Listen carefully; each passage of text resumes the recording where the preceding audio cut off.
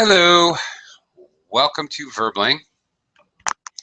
I'm teacher Oakley, and for the next hour, as a matter of fact, this hour for 4 consecutive days, today's the second day, we are going to be looking at the IELTS speaking test. Today's class will specifically target Part 1 type questions. Part 1 is an interactive discussion conversation between you, the test taker, and the interlocutor or interviewer.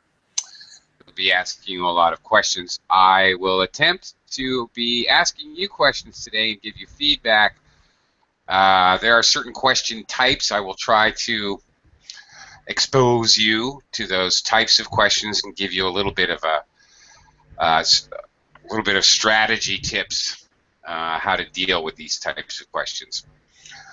That's it. Part 1 takes about 4 to 5 minutes, and again, discussion, interactive conversation with the interviewer. Okay, let me welcome students to the class, and we'll jump right in with practice. Hello, Salwa. Hello, Clay. How are you today? I'm fine, thank you. Glad to see you're in class. Great. Okay, also, let's see, Vera? Hello, welcome. Hello, welcome. Well, thank you. Welcome to the class. Nice to meet you. Yes, thank you very much. Okay. Virgilio. Is it Virgilio? Is that right? Yeah, that's right. Hello, good morning. Good morning. Hello. Welcome to the class. Thank you. Okay, also Rebecca has joined us. Hi, Rebecca. How are you today? Hello, how are you? I'm fine, thank you. Good. How are you? I'm good, thanks. Nice. And Natasha, hello. Welcome. Hello, thank you. Good to see you. Good to see you as well. Great. We're filling right up here. Hello, Early. Welcome to the class. Check. Early, are you there? Can't hear you quite yet. I don't know if you have to adjust your settings or something, or if it's a connection issue, but I can't hear you, Early. Try to fix that. Give me a shout out. Okay, hopefully she's trying to reconnect. Carolina, hello. Welcome back. Hello, teacher. Hello again. Okay, let's begin. Let's jump right in. Part 1 questions in the IELTS speaking test. Okay. The start of the test, well, first of all, you come in the room, you have to show your identification that you use to reserve the test, show your ID and test number, and introduce yourself to the interviewer, and then the test really begins. The test really begins the same way. So you can really practice the first couple of questions. Didn't used to be like this, but they do change the IELTS test from time to time. So be aware of that. Even things we may learn in class or you may learn on the internet or in textbooks, be aware, don't freak out. They do occasionally change small things with the format. Anyway, nowadays the first question is pretty much is always the same, and here I'm going to start with Salwa. After I greet a couple of students, Early, microphone check. Early, can I hear you now? Answer no. Early, I still can't hear you. Sorry. Early, hello? Heard something. Nope. Still can't hear you. All right, Mustafa, hello. How are you today? I'm doing well, thank you for asking, teacher. Terrific. Okay, we better get going because a lot of students, and I want to give everybody a chance. So, okay, Salwa, first question out of the box. Where are you from? I'm from Egypt. I live in a state called Nubia, it's agriculture in its nature, and it's not so big as in Cairo.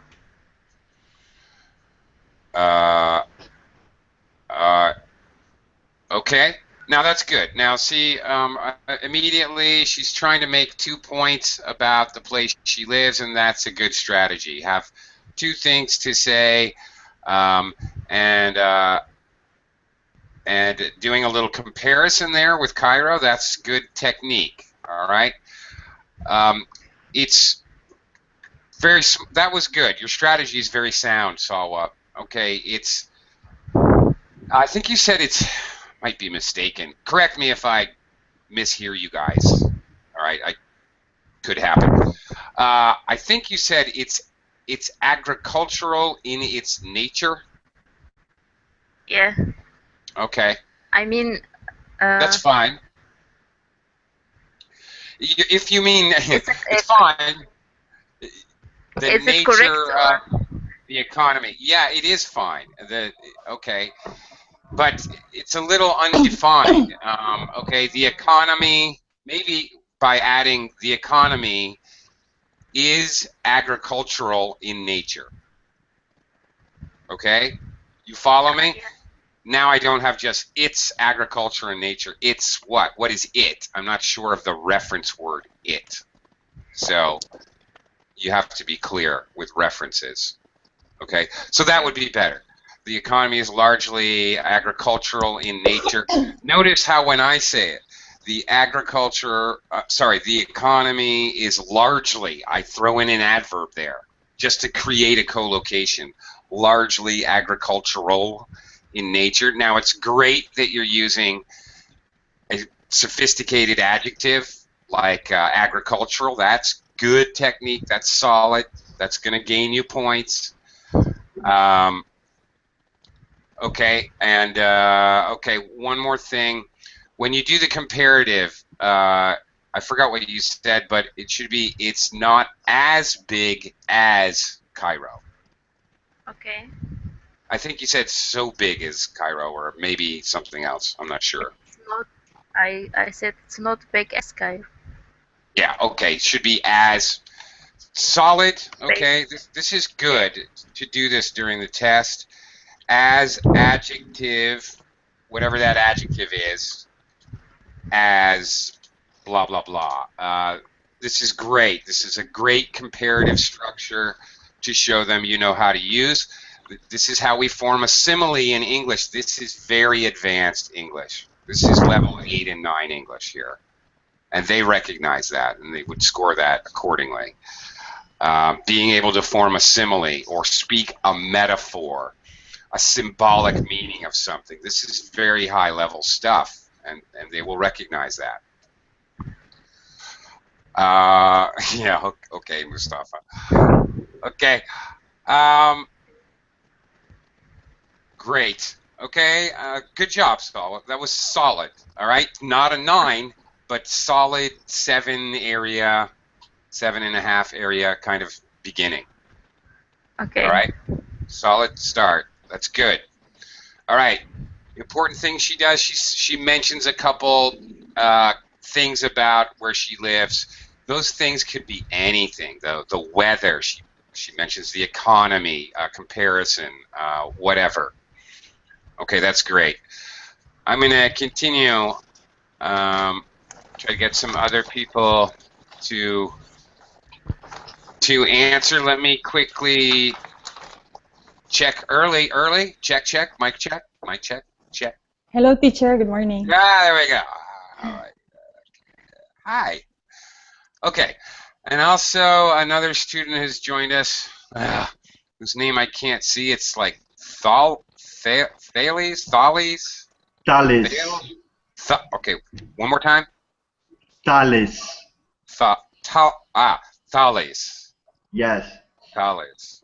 Like the one from Mileto. That doesn't help. Okay. Okay, but anyway, thank you. Thank you very much. Welcome to the class. Just sit tight and we'll come around. I want to give everyone a chance. So that first question, where are you from? The next question they're going to ask you which they may follow up on or they may not. It just may be one question. Is this Vera? Vera? Yes, yes, I can hear you. Great. Vera, do you work or do you study? I work and I study. I do both. So I'm studying 2 languages, English and French. And I also work as an entrepreneur. I run my own business. So I'm pretty happy about it because I have a great amount of spare time. Okay, great. That was pretty good. Now, immediately, she attacks the question by saying both. Well, great, both. That means she has 2 things to talk about, so she's going to have plenty of material to work with and add detail to. Great. That was also a great answer. Okay, you used effectively some connectives also, and so, meaning as a result, you have a lot of time, and that's great for you. Okay, very good. You have to be using these connectives, but to make it better, instead of simple connectives like also and so, better.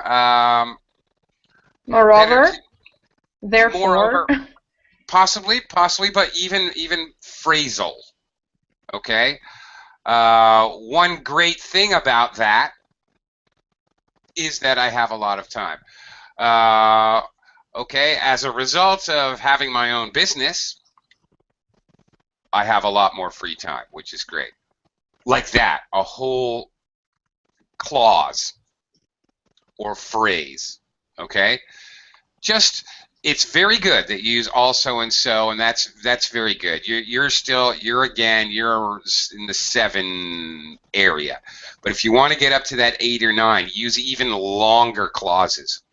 It's okay to be redundant when you speak on the IELTS test. For example, it would be perfectly okay, Vera, for you to say, so this is terrific for me because it gives me a lot of free time, and I really enjoy my free time. I have a lot of things I love to do when I have time off. Say the same thing, but say it in a different way. This is actually beneficial on the IELTS test. It shows exactly what I just said. You know how to say the same thing, but say it in a completely different way with different words, different phrasing. Even verb tense, maybe. Thank you. Good. Very good. You can make it better. That's what I'm saying. Sorry, can I ask a question, please?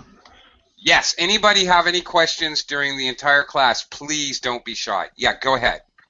Because I heard her, and just not her, I heard a lot of times people when are talking about the jobs, the own business, say and run, my own business. Run is the verb, the same as I'm going for a run. Same verb, and yes, that is a correct usage of the verb run. I run my own business. Yeah, and what does mean? Is it being in charge of my own business, or what is exactly the meaning? Because I'm quite confused about that. Yeah, okay, I can explain that. That's an easy one. That's not a hard question. Thank you. Well, for me, it's a very hard, confusing. Sometimes grammar questions are very difficult for me to answer. This one's easy. Basically, you can substitute the word manage. So if I say, oh, I run a pizza parlor, I might not be the owner, or I might, but what you do know is that I'm at least the manager. I make the decisions, I hire and fire and schedule and buy produce, and I am in charge of. I'm in charge of. That's another way to say it. That's right. Okay. Yep. That's it. Okay. Okay. Thank you. You're welcome. And again, anybody, any questions, fire away. Virgilio, your turn. Are you there? Yeah, I'm here. Cool beans. Okay. Now, Another kind of question that you may get is a liking question or a preference question. For example, or a favorite question. For example, Julio, what is your favorite room in your house? Well, I think it could be the swimming pool and the garden. It's not actually a room, a closed room, but it's great because I have the opportunity to take a bath and also to hear the sings of the birds and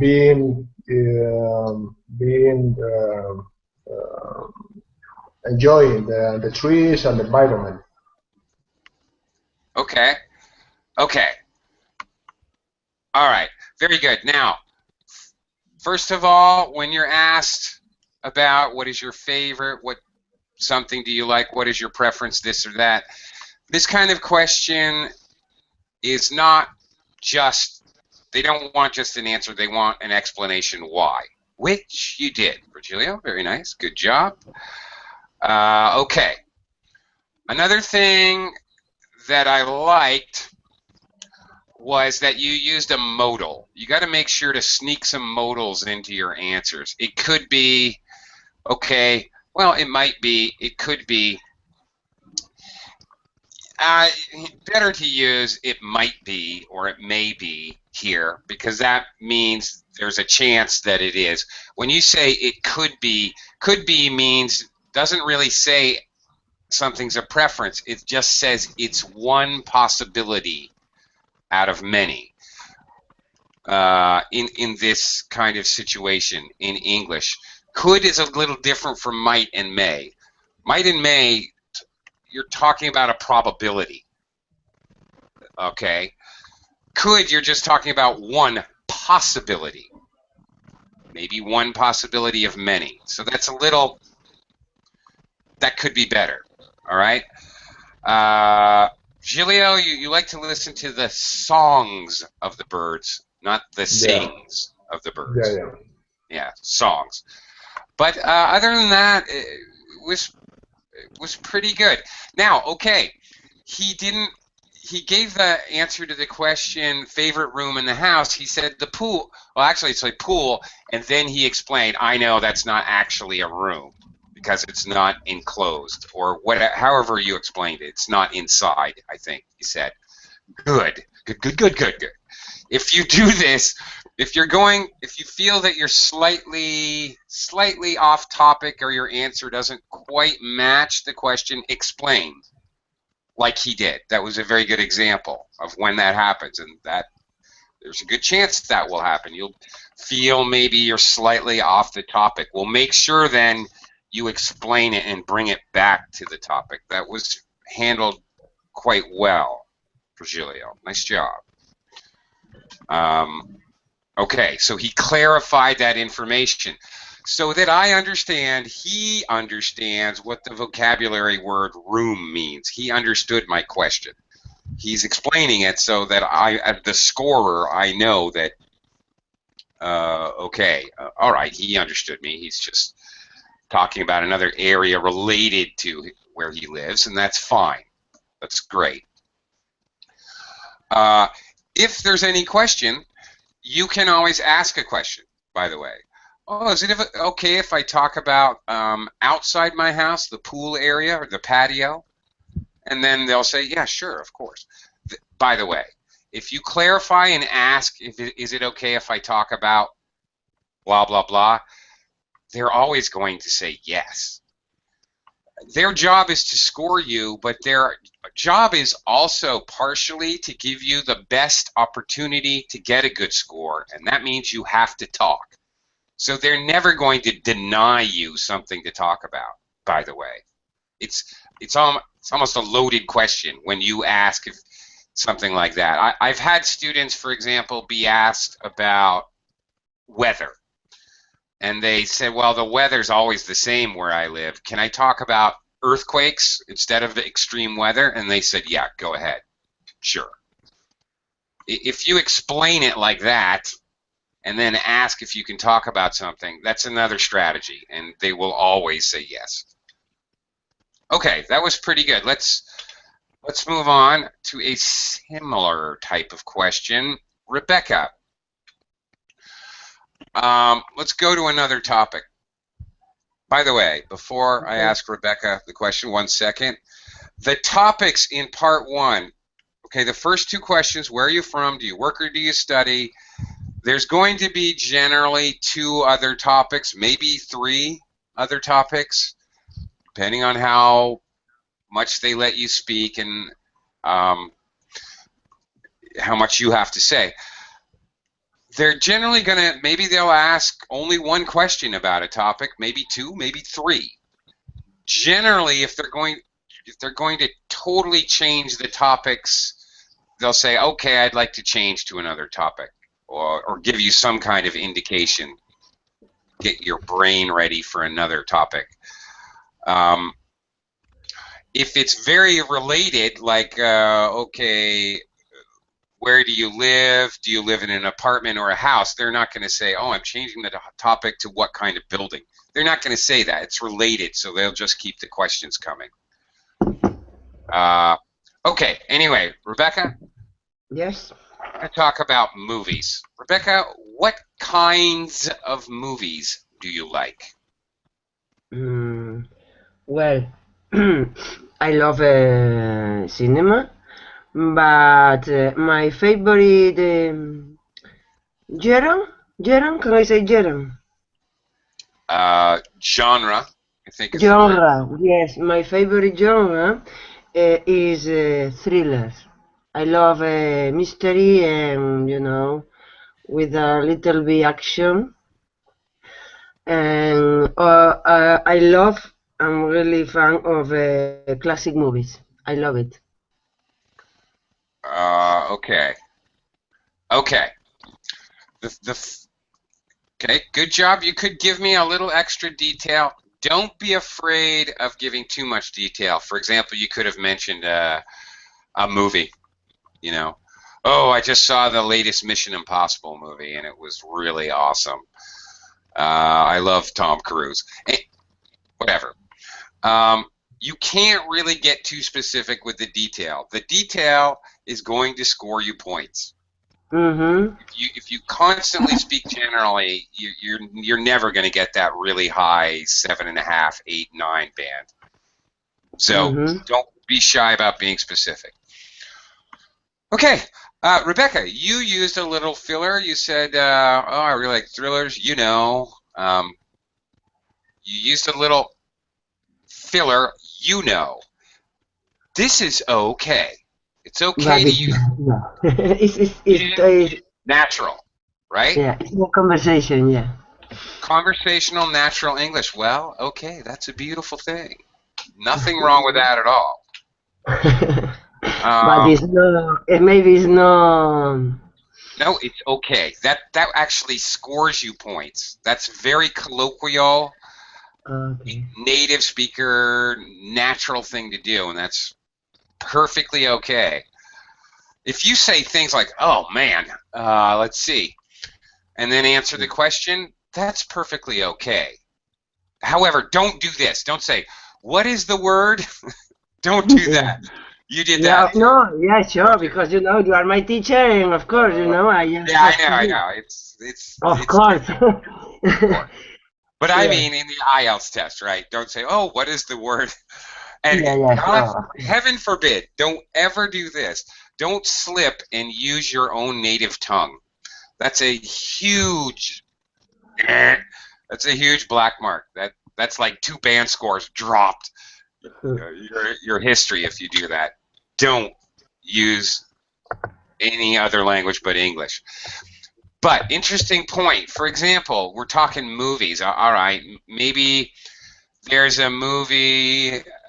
Okay, maybe you're French and or whatever. You say, "Oh, I just saw a movie, Amour," and that means love in English.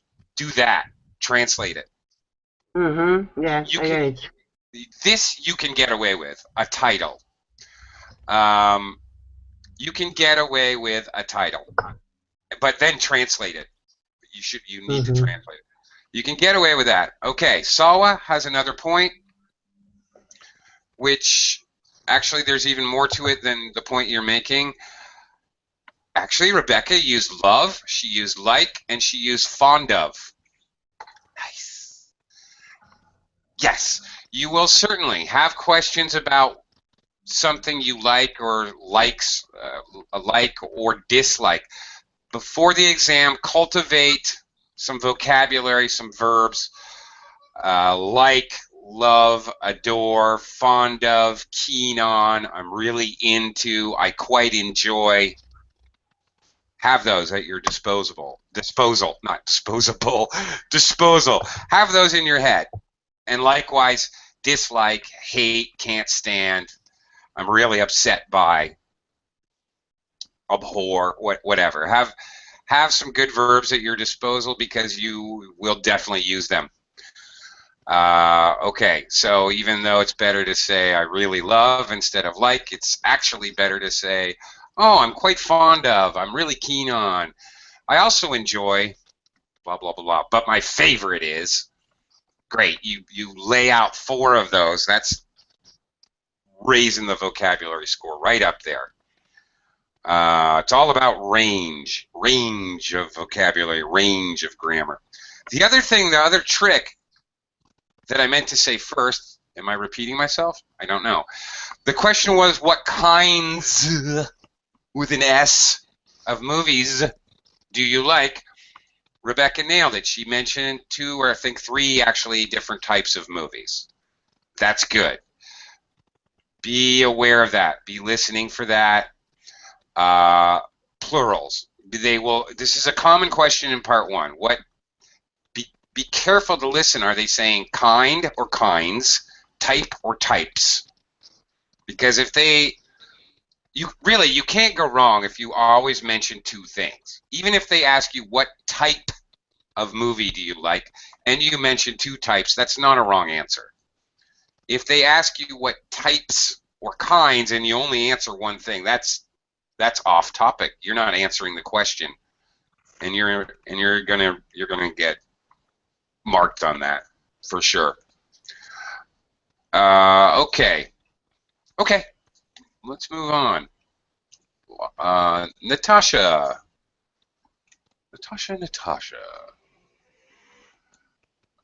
are you there? Yes, I'm here. Okay. Let's see. Another type of question. Well, be aware if you get the like question, you may get a dislike question. Let's try it. I'm changing the topic to food. All right. Natasha, is there any kind of food that you dislike? Okay, well, to be honest, I can't say that I really dislike certain types of food because maybe I prefer to eat different kinds of them. For example, vegetables, fruits, and even meat sometimes. But I really into sweet kind of food. I mean, cakes. Kind of something, pipes and so on. Okay, you really like? Yeah. Okay. Well, remember the question is about what you dislike. I said. Oh, I'm sorry, but I thought that you asked me what kind of food I dislike and like. No? Oh no, I just dislike. Sorry. Yeah. And firstly, I said that I not dislike any type of food because Right. I like any. Okay, I like all. Yeah, I like all. Yeah. Right. Don't use any. You should not use any in English except in a question or in a negative. Okay, I see. All right. So okay, that was one thing. Now, good. All right. To be honest, okay. Using also these adverbs, also to start sentences as linking words and phrases as transitionals, this is also good. For example, to be honest, frankly, occasionally, blah, blah, blah, blah. Well, unfortunately, blah, blah, blah, blah, blah. These are good, too. These will also help. Okay. Using a few of these, so that was good. To be honest, blah, blah, blah, because, okay, you're creating complex sentences there. By the way, that's another aspect of using these words to start a sentence, or to start a phrase or clause, even better. You're forcing yourself to create complex sentences or even compound complex sentences. You should use a mix of simple sentences, compound, complex, and compound complex sentences. Really. Okay. Don't be afraid to use some simple sentences as well, but they are looking to see that you can use all 4 of those sentence structures, the 4 sentence structures that we have in English. They will be marking those down, checking those off. You can't worry about that as you're taking the exam. Instead, by using some simple subordinators, like I was just talking about, you'll do it naturally, so it doesn't really matter. You're bound to say a simple sentence somewhere in there, so don't even think about it. Okay, one other thing which I'd like to point out, interesting about the IELTS scoring. Now, Natasha, you said, as most English learners would say, you said vegetables, okay? Yeah. Which, frankly, is probably that's fine. In reality, that's the correct pronunciation.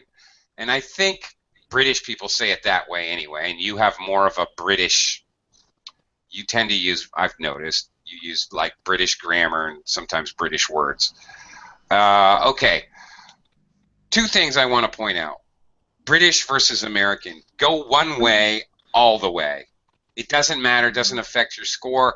IELTS is a British-made test, but it doesn't matter. You know, if you, in your writing as well, it's maybe even more important in writing.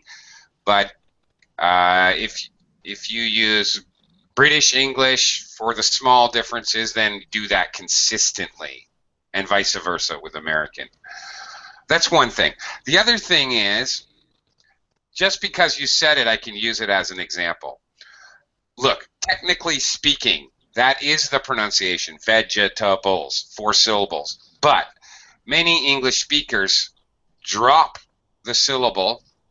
It's called ellipsis, when you drop syllables or whole words or consonant sounds, when you drop the subject noun. This is actually very high level in the pronunciation features section of the test. So, if you just said vegetables instead of vegetables, believe it or not, that like bump your pronunciation score a whole level. Okay, Say thank you. chocolate instead of chocolate. I love chocolate. Okay, chocolate. But So, chocolate. yeah, chocolate. Vegetables. Comfortable instead of comfortable. Comfortable. Okay, I'll Okay. try. Now this is an interesting aspect of the IELTS scoring. These are really technically not the correct pronunciations, but this is the way native speakers say it. So this is the difference between, you could possibly bump your scoring up an entire level. The same thing works in the grammar features scoring category. For example, if you say blah blah blah, oh, my friend and I went to Starbucks for a coffee. Technically speaking, grammatically speaking, it should be for a cup of coffee. The word coffee is uncountable. As an uncountable noun, you have to have some device to make it countable. That's wrong. We went for a cup of coffee. However, that's how 99.9% of native speakers say it. So it would be correct. For IELTS, for the exam, they are not going to, what they're really looking for is the way native speakers say it, not the way the textbook says it, which is actually one of the best things about the test. really helps me out on the test. But anyway, so don't worry about making grammar mistakes that may be, in fact, natural and may actually get you a higher score, or pronunciation mistakes. Actually, those things can help you. Okay. Strangely enough, making the mistakes, this is like the level between 8.5 and 9. The very, very top of the scoring is, Wow. do you know how to make a mistake like a native speaker makes the mistake? Okay, fine. Thank you. I know that's crazy, but believe it or not, it is a factor, you know, not necessarily 8.5 to 9, but it can actually help your score. Thank Oh, you. okay, you're welcome. All right. Let me see here. Okay. Okay, early. You are Hello. here, yes? Hello. Okay. Now, here's another type of question. I'm going to stay on the topic of movies. Early? Yes. How often do you go to the movies? That's an interesting question. But right now, I'm a regular moviegoer. Like most of my free time, I spend watching movies in the cinemas or like online streaming. But I like it more going in the cinema. Like for a week, like once a week, I do go to the cinema and watch a movie. And if I'm too busy, I would just stay at home and watch some online movies. Okay. Okay. Yeah, sorry, I'm lost with words. It's okay. It's okay. No, again, don't be shy about. You guys start talking too much, I'm just going to say, okay, that's enough. Give somebody else a turn, which is exactly what the interviewer will do on an IELTS test. He'll just say, okay, thank you. He'll politely say, thank you. Hold up his hand or her hand, most likely. Thank you very much. Okay, now our next question. And they'll move you along. But so you really don't concern yourself with speaking too much. There are no penalties for speaking too much. There are penalties for speaking too little. Don't be afraid to be very specific. Again, you could have mentioned, oh, lately I went to see a specific movie, or you could have added some detail. Okay. Okay. Okay. I was thinking I would it's like better to concentrate on that question because I was thinking I would like to elaborate more and I would like to discuss a Go movie for that it. I recently watched, but I thought it would be a wrong move. No, there is not a wrong move. It is always the right move for every question through the entire test. It's always the right move to elaborate, because they'll stop you, and there's no points off. If they have to stop you every single question, you get 0 points deducted from your score. Okay, it's not a bad thing. Okay. Okay. All right.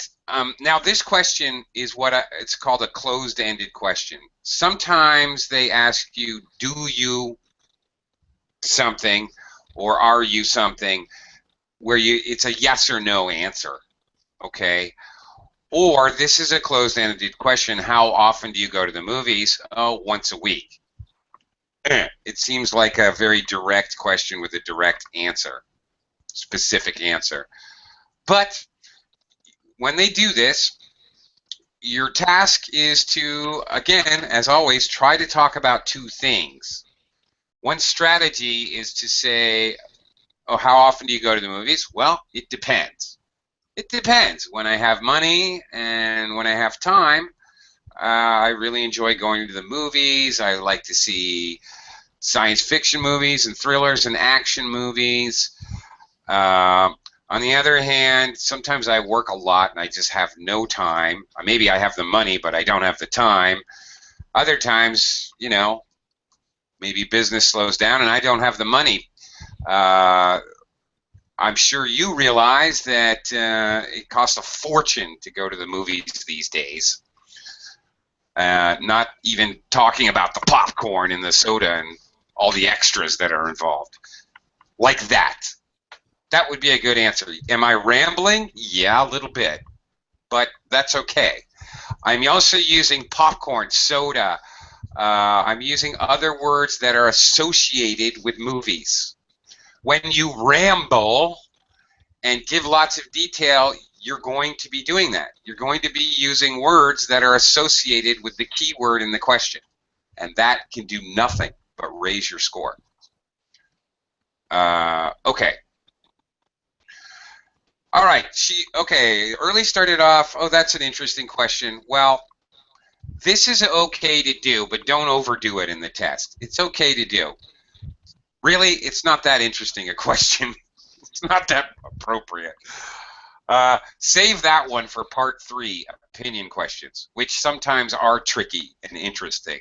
You can use that one early, but I'd save that one in the bank until I got to the actually interesting questions.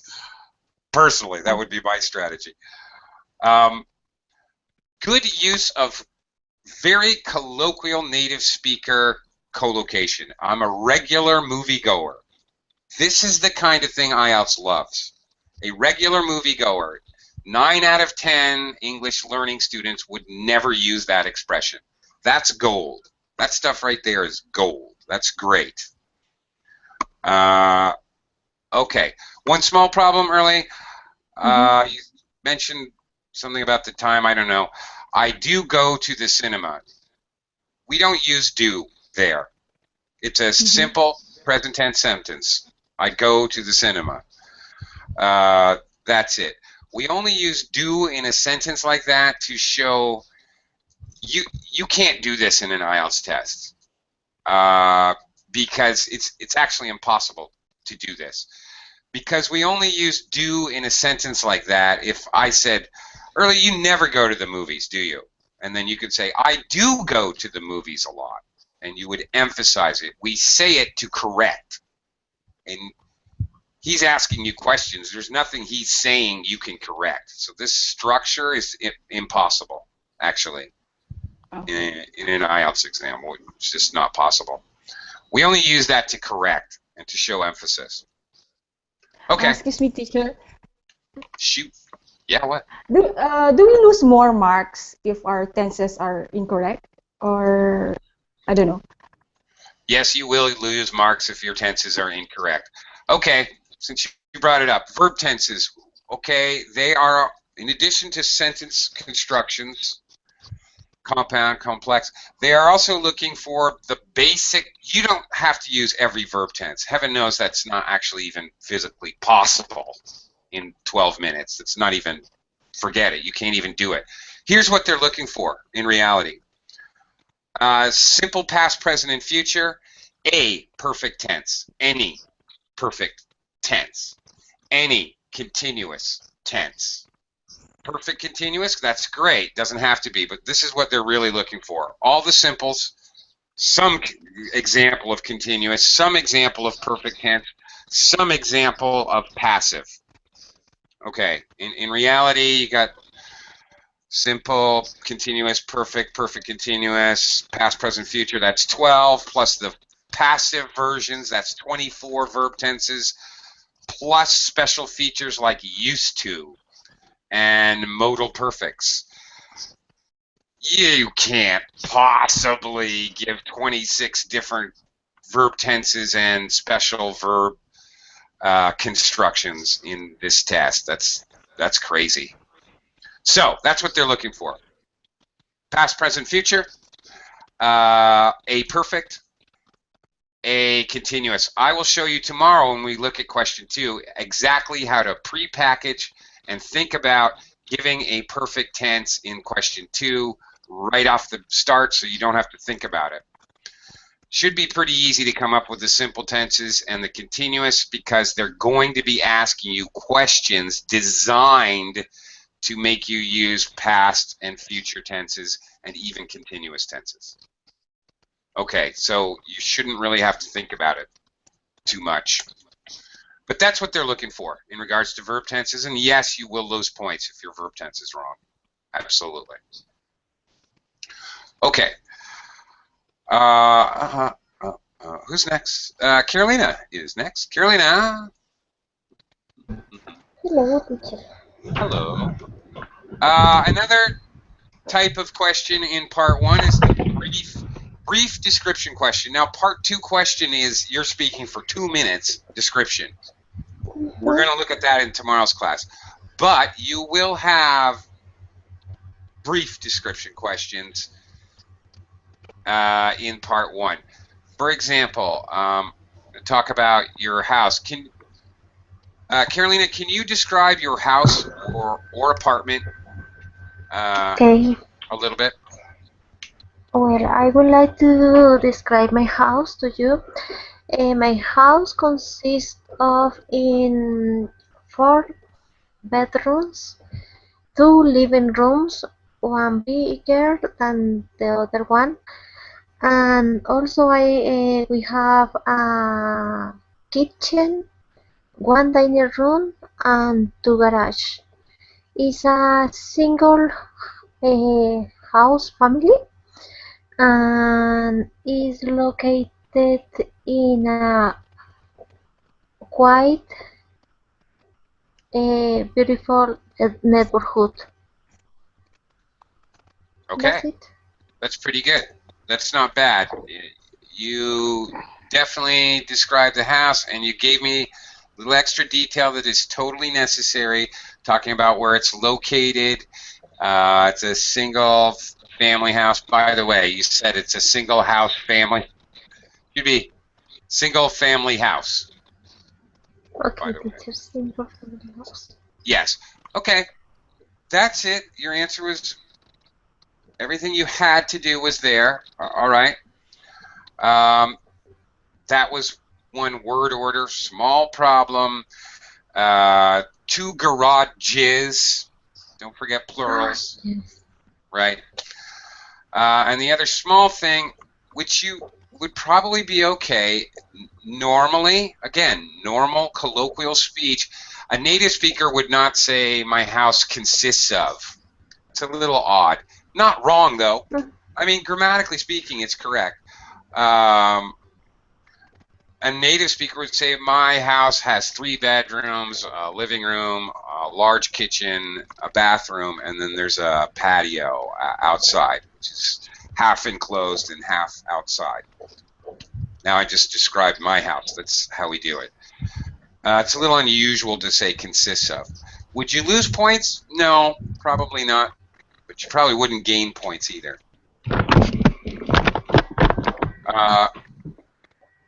Okay, we use consists of for like, you know, oh, this soup consists of beef, vegetables, garlic, onions, whatever. Okay, straightforwardly, that's okay. Now, you could have, you know, talking about the rooms, done things like, as well, there's a 2-car garage. Okay, you did one thing. Oh, there's 2 living rooms. One is bigger than the other. Great. Throw in a little comparative there. Great. Okay. Or, you know, even better if you do some other kind of structure, like one is quite small. However, on the other hand, the other one is really too big. Something like that.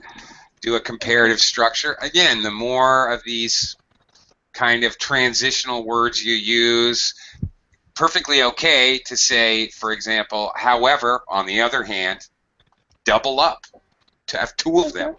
That's okay to do that. You know, throw in an of course, you know. These kinds of things are very natural for speakers. Native speakers use them as hesitation devices, so it's perfectly okay to do that. Teacher, I can say it, and also I can say it, my home is an old style, something like that. Say again. Sorry. My house or my home is an old style house because the floors are in wood and the walls is white. I don't know, something like that. Wow. Like a specific adjectives. Clean it up a little. Yeah, you should. That would be great. Absolutely. The more detail, the better. Yeah, okay, the walls are white and the floor is wood, all right? And it has a really nice wood floor. Okay. Clean it up a little, but yeah, it's kind of an old-fashioned house. Listen how I say it. It's kind of an old-fashioned house. Not to mention intonation. Don't be shy about using your intonation. Well, it's kind of an old-fashioned house. It has really nice wooden floors, you know, and the walls are whitewashed, you know, in the old style. I'd say the house was probably built around the turn of the century.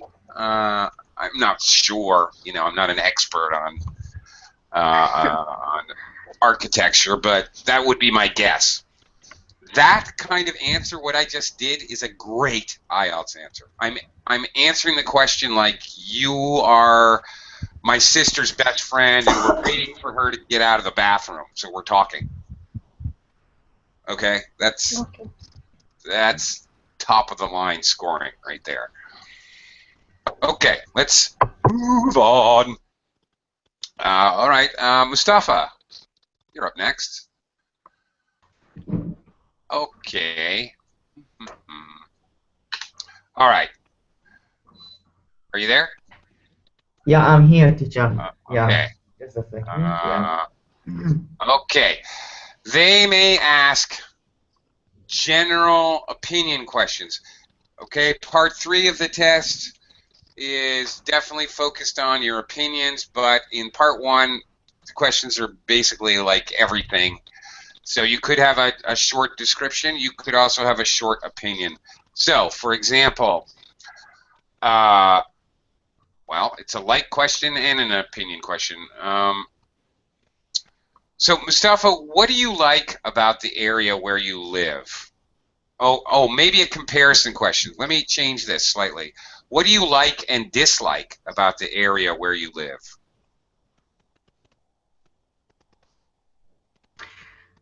Okay, oh my God, this is that's a question. Okay, um, I like the area where I live. As the common people say, home is home. So whatever your home is, you like it because your home, your family, everything is there. However, there is some part or some issues I don't like about my home country or my city, to be more specific. And maybe this is a little bit like it's not development and it's need a little bit more work and more structure to be built in order to become at least to catch up with the modern building. I think teacher, my mind is went blank. That's it. I don't have anything. Okay. Yeah. Well, Yeah. lesson to be learned. Okay. That's okay, and that might happen. I hope not, but that might happen when you go to take the test. You got to just plow on. I know we're in class here at Verblank, so it's not life or death like the IELTS. IELTS isn't life or death either, but it is a couple $100. So it's expensive, so you want to do your best. So in any case, in the real life, if you're in the real exam, just go on, plow on, go for it. Try to quickly brainstorm an aspect that you can talk about a little more. Again, it doesn't matter what you pick. It doesn't even matter if it's true. I mean, a question like that, what do you like and dislike about where you live? Now, number 1, that's left really broad. You can talk about your house, your neighborhood, your city, your country. Also be listening for, in addition to kind or kinds, also listen for if they actually say in your country, in your city, in your neighborhood. That's an easy way to drift off topic, and they do that occasionally. They'll specify where. But teacher, how much time I have to prepare? This much.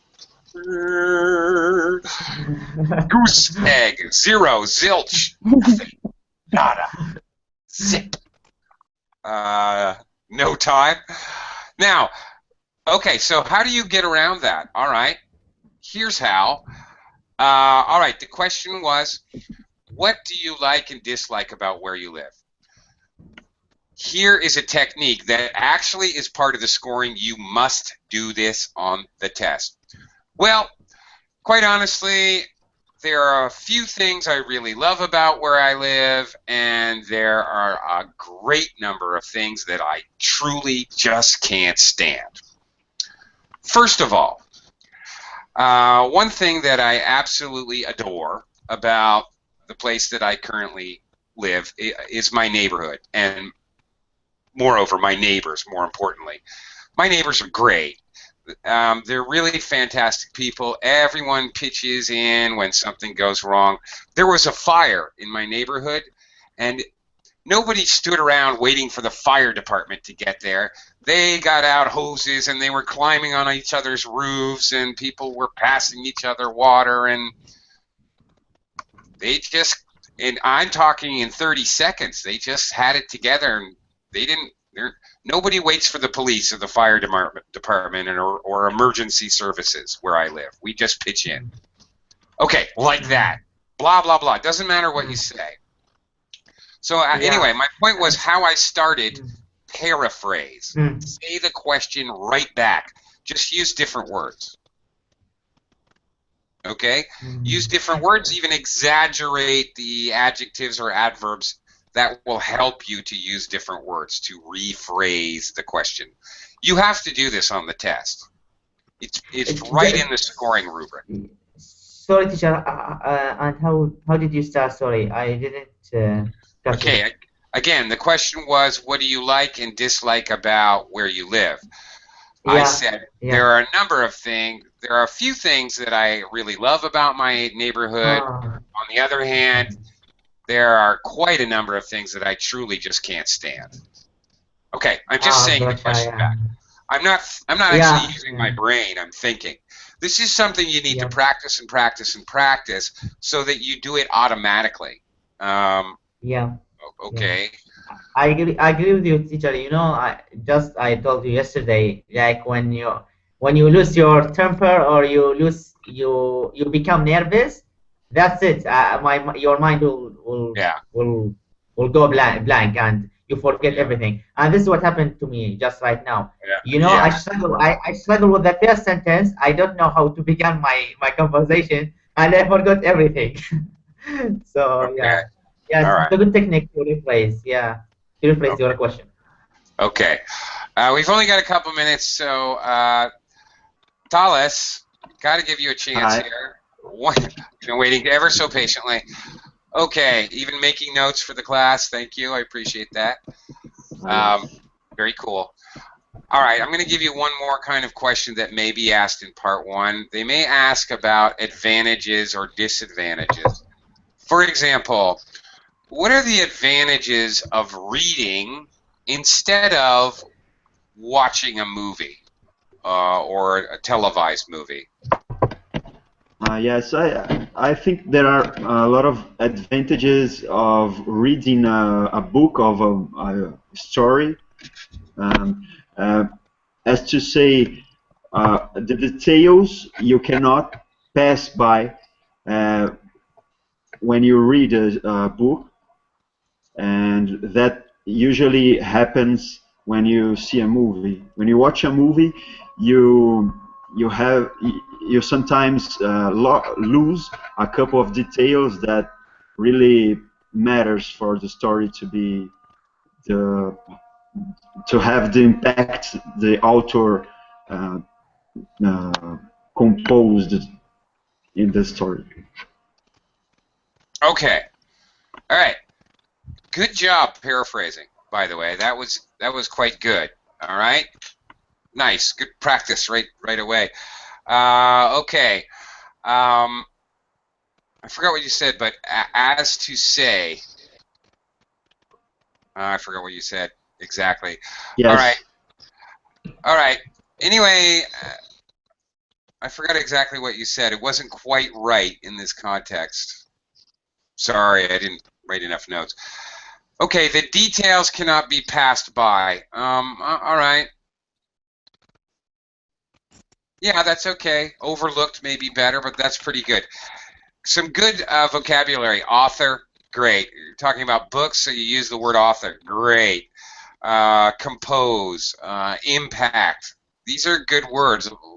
A little better than the very common vocabulary. I could tell that you were trying to go up a level in your vocabulary. It was noticeable. And that's okay. I mean, that's not okay. That's better than okay. That's what you should be doing. Okay. Sorry, but we're out of time. Seriously, I could do this for like hours and hours and hours. But I can't because my time is limited. So I hope you can join me tomorrow, same time slot, and we'll move on to part 2 tomorrow. Thank you, everyone, for your participation. Thanks a lot. Thank you. Thank you. Thank you. Bye-bye. Thank you very much.